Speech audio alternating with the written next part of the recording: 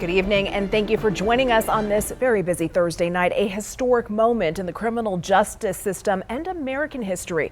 For the very first time, a former U.S. president has been convicted of a felony. A jury today found Donald Trump guilty of all 34 charges of falsifying business records in his New York City hush money trial.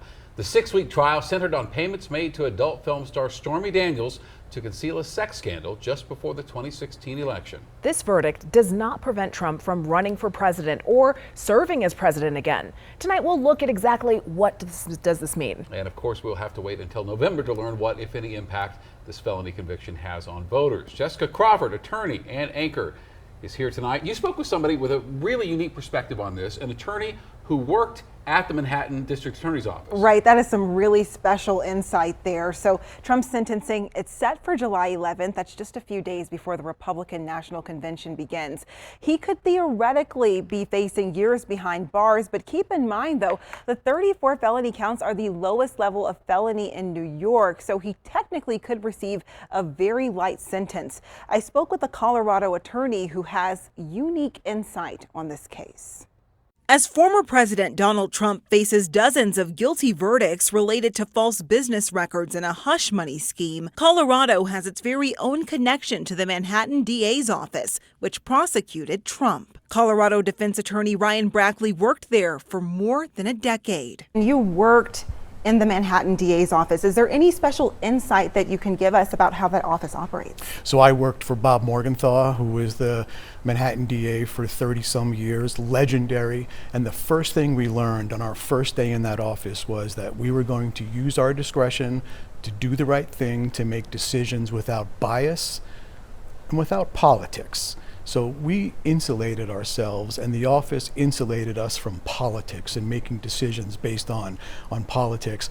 I know these prosecutors who were in that courtroom. I worked alongside 3 of them, and I know that was borne out in this case, that this was the rule of law, not politics. Trump disagrees, saying this after the verdict. This was a disgrace. This was a rigged trial by a conflicted judge who was corrupt. The real verdict is going to be November 5th by the people. Trump is still the presumptive Republican nominee for November's presidential election. Brackley says he absolutely expects an appeal in this case, which could push Trump's sentencing, currently scheduled for July 11th, far down the road. Given his stature as a former president and a current candidate, an appellate court may very well grant him bond pending those issues being sorted out on the appellate level. So what does sentencing look like? Well, Brackley says sentencing could range from anything to nothing at all, to a fine, or a few years behind bars.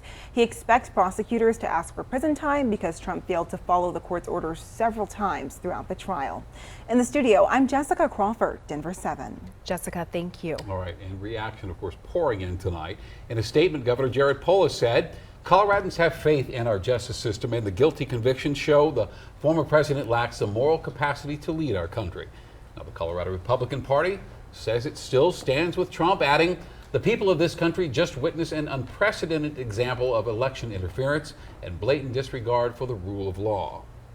Now, Trump still faces criminal charges in 3 other cases, and here's where they all stand tonight. First, there's the federal election interference case brought by special counsel Jack Smith. A federal grand jury indicted Trump on 4 counts for allegedly conspiring to steal the 2020 election. That trial has been delayed while the Supreme Court weighs whether Trump is immune from criminal charges as a former president. Trump is also charged in a similar case in Fulton County, Georgia. Trump and 14 co-defendants are accused of trying to overturn Trump's loss in the state in 2020. A proposed trial date was set for August, but has been delayed by efforts to disqualify Fulton County District Attorney Fani Willis on grounds of alleged misconduct. Lastly, Trump faces 40 counts for keeping hundreds of classified documents at his Mar-a-Lago resort in Florida after leaving the White House.